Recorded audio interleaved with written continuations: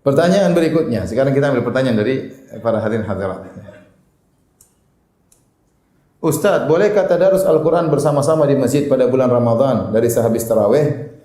Tadarus Al-Quran ya, kalau modelnya masing-masing baca sendiri untuk semangat duduk rame-rame tapi masing-masing baca sendiri, itu enggak ada masalah. Ya. Kita kumpul untuk semangat masing-masing baca Al-Quran sendiri. Karena setiap kita dituntut untuk bisa baca Al-Quran khatam. Ya, kita ingin setiap kita baca Al-Quran khatam. Tapi yang jadi masalah kalau ternyata kita bacanya ganti-gantian. Kalau kita bacanya ganti-gantian, tidak ada masalah. Cuma kita tidak khatam akhirnya. Karena kita baca sebagian, orang kedua baca sebagian, orang ketiga baca sebagian. Akhirnya sebenarnya kita tidak khatam Quran. Tetapi kita khatam bersama-sama. Itu padahal kita ingin kita khatam Quran. Ya. Kalau dalam rangka tadarus, dalam rangka saling belajar, ya nggak ada masalah.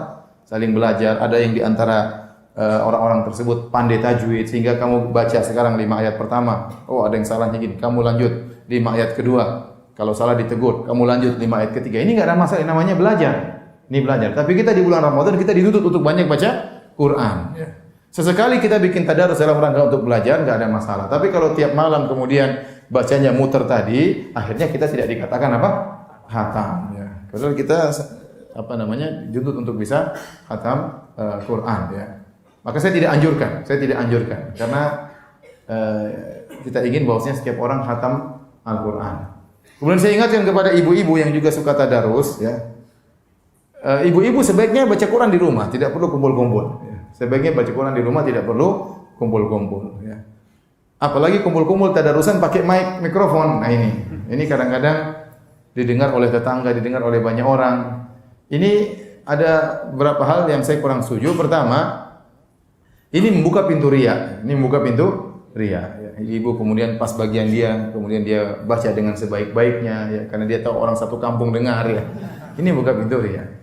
Ya, yang kedua tatkala dia tadarusan berarti dia tidak khatam, tetapi dia mendengarkan bacaan orang lain.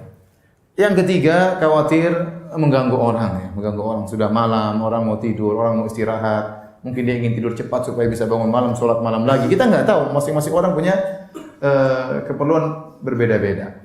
Kemudian juga khawatir menimbulkan fitnah. Ya. Tatkala seorang wanita suaranya merdu, bacaannya bagus, tajwidnya bagus, ada yang dengar bapak-bapak, suara siapa itu?